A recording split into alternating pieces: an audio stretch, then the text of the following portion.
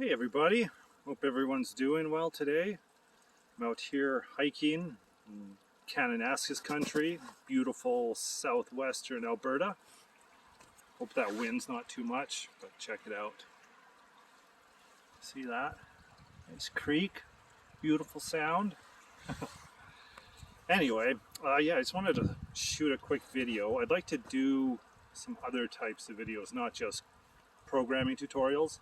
I'll be doing another one this week, so I'll probably have that out tomorrow.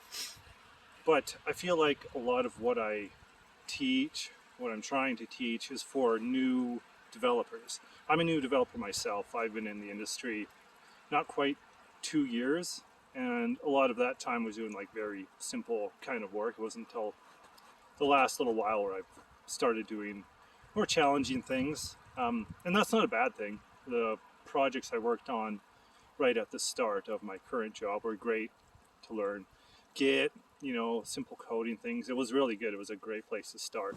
But now I'm actually starting to do more, I guess, more complicated, interesting work. So yeah, I just wanted to, say thank you for subscribing, and I really enjoy interacting with everybody.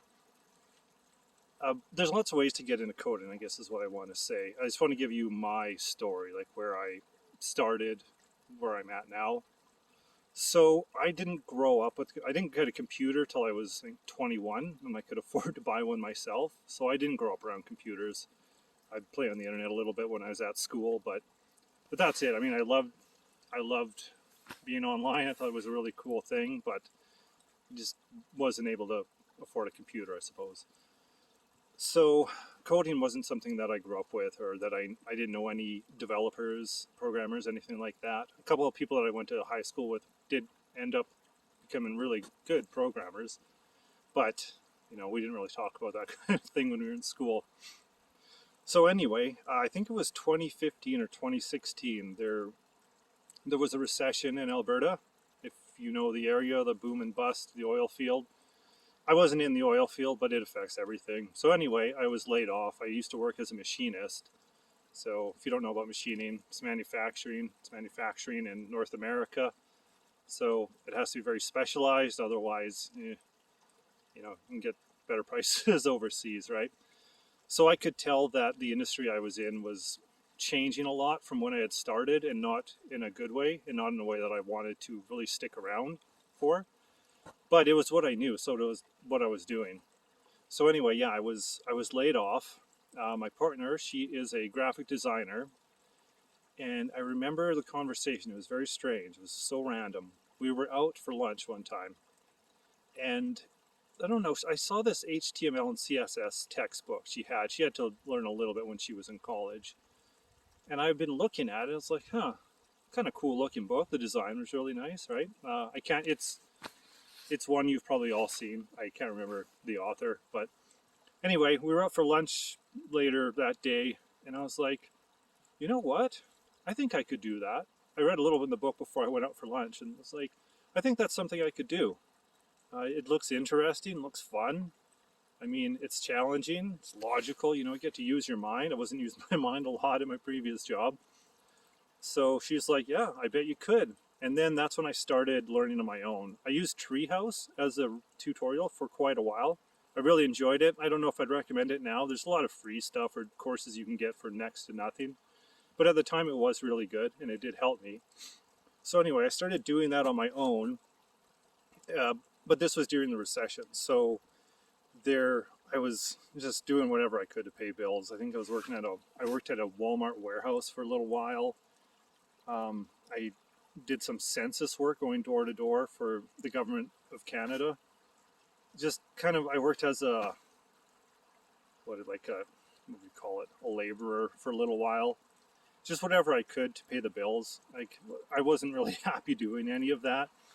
And it was very clear to me that if I don't change something, this is going to be my future. And that's terrifying, right? It should be terrifying. Being scared provides some motivation. So we all need that wake-up call once in a while. So anyway, I was coding on my own. The recession ended, and luckily, you won't say luckily, I got my old job back. It was more money than I was making, so I was happy, but I still wanted to be a developer.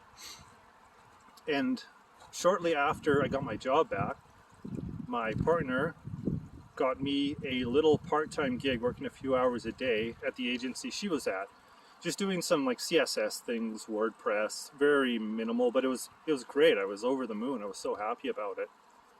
So what I would do, I would get up. I think I got up at 9, prepared for my day, like 9 a.m.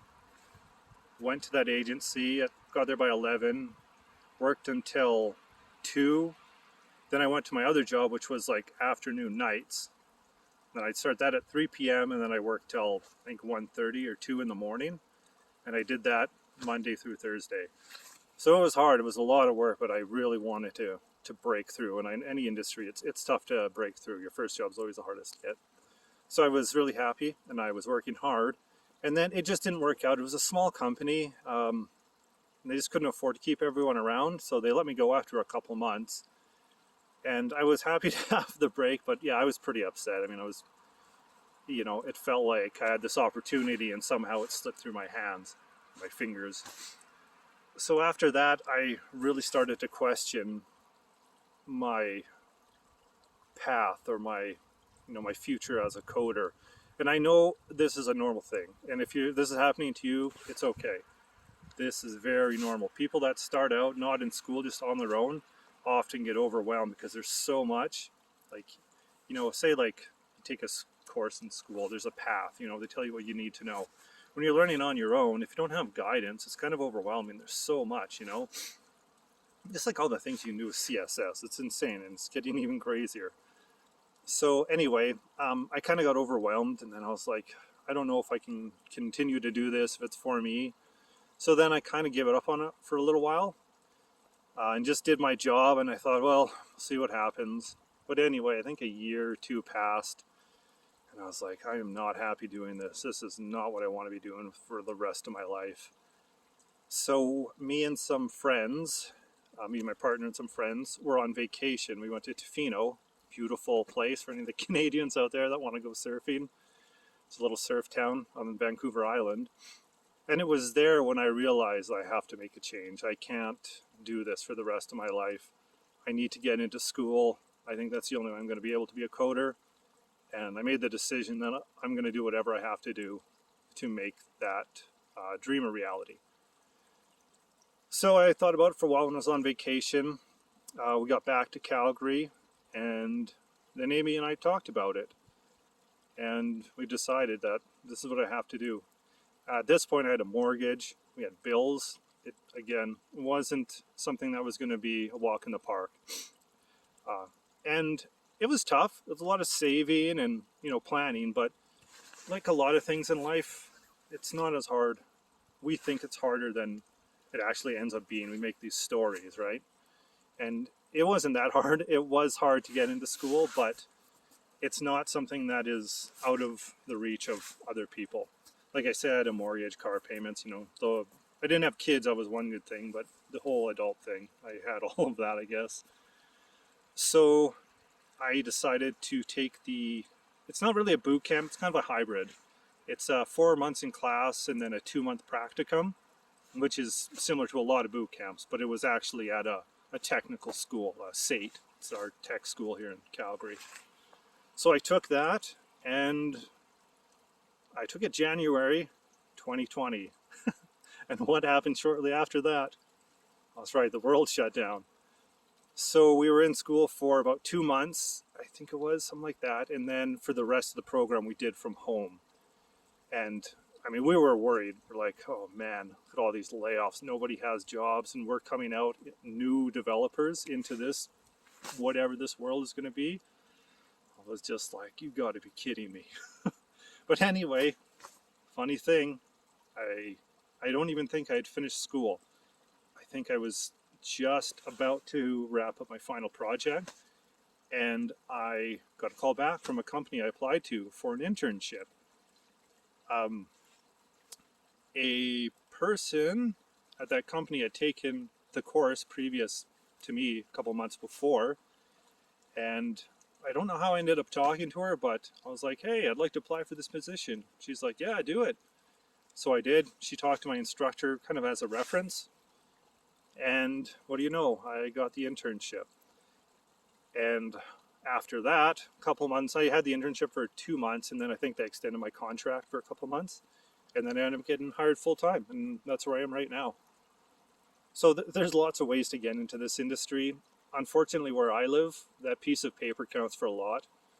I can't say it's for every company. I sure hope not, because realistically, you don't need a degree or even, my certificate to do this. If you're smart, want to work on your own, work hard, you can do it. Absolutely. But yeah, that's how I got into the industry. So it was tough. It was a long road, but it's totally worth it. I love coding. I'm constantly doing it. Even when I'm out here in the woods, I'm like, hey, let's stop and make a video. So anyway, I'll be coming out with another tutorial later this week. I just wanted to do this, and I think I am going to start recording some more philosophical things for new developers, like soft skills, I guess you would say. I think that's more my audience, and I'm so grateful for that. If I can help anyone that's getting into the industry and learning to code, oh, I'd be so grateful. All right, thank you very much. Take care.